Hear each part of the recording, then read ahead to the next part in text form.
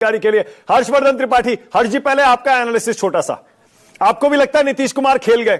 मैंने भी 10 पॉइंट बताए। हमें ऐसा लग रहा है कि विन विन सिचुएशन है जेडीयू के लिए भी और बीजेपी के लिए भी। आपको भी ये लगता है हर्ष जी? नहीं, देखिए, सबसे पहले तो पुनः आपके जो संवाददाता थे ऋषिकेश, उनको बधाई कि उन्होंने मतलब सचमुच खबर दी, वरना तो हवा में तीर मारने जैसा होता ही है। वैसे तीर वीर मतलब नीतीश जी भी अच्छा मारते रहे हैं और उनका तीर निशाने पर लगता रहा है।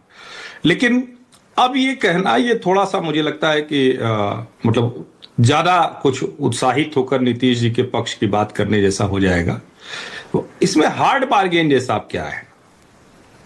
इसमें हार्ड बार्गेन बिल्कुल नहीं है भाई। अभी सीधी सी बात है कि जो लंबे समय से बातचीत चल रही थी, नीतीश जी आखिरकार अपने संन्यास के लिए तैयार हुए और पुत्र को वो स्थापित करेंगे।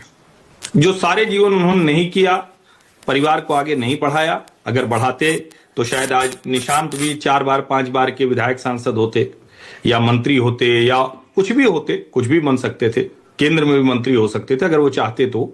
लेकिन अब उनको लगा कि ठीक है, हम संन्यास की बेला में हैं तो ये करें, और ये बड़ा जरूरी था। देखिए, राजनीतिक तौर पर तो कोई कुछ भी कहे, सब विपक्षी पार्टी अपने लिहाज से कहेगी, सत्ता पक्ष वाले अपने लिहाज से कहेंगे, लेकिन ये सबके लिए बेहतर हुआ है। क्योंकि जिस तरह से हर कोई कह रहा था कि नीतीश जब इस स्थिति में नहीं है, और मुझे तो राष्ट्रीय जनता दल के लोगों का याद है कि एक दिन मुख्यमंत्री कुर्सी पर रहने लायक नहीं है, पता नहीं क्या क्या बात करते थे। तो मुझे लगता है कि ये बार्गेन जैसा नहीं होगा। ये मैं फिर से दोहरा रहा हूं, मैंने आपको पहले भी कई बार कहा है, कोई बार्गेन जैसी स्थिति नहीं है। ज्यादातर चीजें तय हैं, इन प्लेस हैं। और जब मुख्यमंत्री भारतीय जनता पार्टी का होगा, जो सबसे ज्यादा संभावना सम्राट चौधरी की जताई जा रही है, उनको डिप्टी सीएम बनाया गया, बढ़ाया गया। लेकिन वही है कि भारतीय जनता पार्टी में बहुत शोर होने लगी है तो फिर नरेंद्र मोदी और अमित शाह की शक्ल सामने आ जाती है, तो थोड़ा सा फिर मुश्किल हो जाती है इतना ज्यादा शोर होने में, मुझे लगता है। और जिस लवकुश समीकरण की बात कर रहे हैं, उपेंद्र कुशवाहा सपरिवार है भाई। मैं एक बात कह रहा हूं, वो भी कुशवाहा ही है।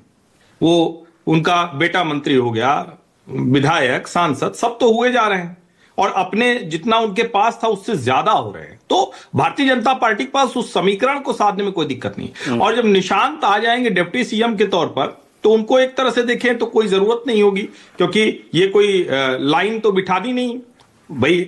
आपने डिप्टी सीएम की पोस्ट दे दी तो डिप्टी सीएम बेटा अकेले बन सकता है, या उनको लगे कोई एक और करे। लेकिन मुझे एक बात मैं लगातार जो कह रहा हूं कि मुझे लगता है कि एकदम से खारिज कर देना कि और कोई मुख्यमंत्री नहीं बनेगा, ये थोड़ा भारतीय जनता पार्टी को जिस तरह से वो चलती है उसमें थोड़ा सा ज्यादती होगी।